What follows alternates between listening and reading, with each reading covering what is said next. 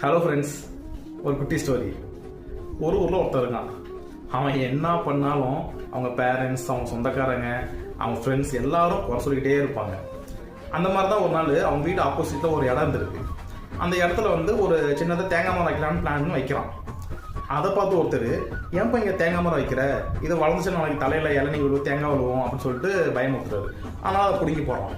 பிடுங்கி போடும்போது ஒருத்தர் பார்த்து, தம்பி ஏன்ப்பா இதை பிடுங்குற, இது நாளைக்கு வளர்ந்துச்சுன்னா நாளைக்கு உனக்கு இளநீ தேங்காய்லாம் கிடைக்கும்ல அப்படின்னு சொல்றாரு.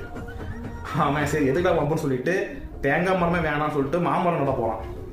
அதை பார்த்து ஒருத்தர் கேட்குறாரு, தம்பி மாமரம் வைக்கிறியே, இது வளர்ந்துச்சுன்னா நாளைக்கு உங்கள் வீட்டு முன்னாடி நிறைய இலை விழுவும், அது யார் கூட்டுறது, உங்களுக்கு தான் கஷ்டம் அப்படிங்கிறாரு. சரின்னு பயந்துட்டு பிடிங்கி போட்டு போயிடலாம்.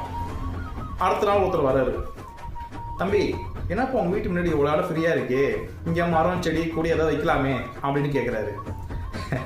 அவன் அதுக்கு சிரிச்சுக்கிட்டே போயிட்டான். அப்புறமா யோசிக்கிறான், நம்ம மரம் வச்சாலும் குறை சொல்கிறாங்க, அது பிடுங்கினாலும் குறை சொல்கிறாங்க, அந்த இடத்த சும்மா விட்டாலும் குறை சொல்கிறாங்க, ஆக மொத்தம் குறை தான் சொல்கிறாங்க அப்படின்னு நினச்சிக்கிட்டு அப்போ தான் ரியலைஸ் பண்ணான். ஸோ என்ன மோரல் ஆஃப் ஸ்டோரினா, நம்ம என்ன தான் பண்ணாலும் இந்த சொசைட்டி ஏதாவது ஒன்று குறை சொல்லிட்டு தான் இருக்கும். அவங்க குறை சொல்கிறாங்கன்னு நினச்சிட்டு நமக்கு பிடிச்ச விஷயம் பண்ணாமல் விட்டோம்னா நமக்கு சந்தோஷம் கிடைக்காது. ஸோ பண்ணுறது நல்ல விஷயமா இருந்தால் கண்டிப்பாக பண்ணலாம். நம்ம சூப்பர் ஸ்டார் சொல்லுவார்ல, குறைக்காத நாய் இல்லை, குறை சொல்லாத வாய் இல்லை. அந்த மாதிரி போயிட்டே இருக்க வேண்டியதான். பிடிச்சிருந்தா லைக் பண்ணுங்க. பாய்.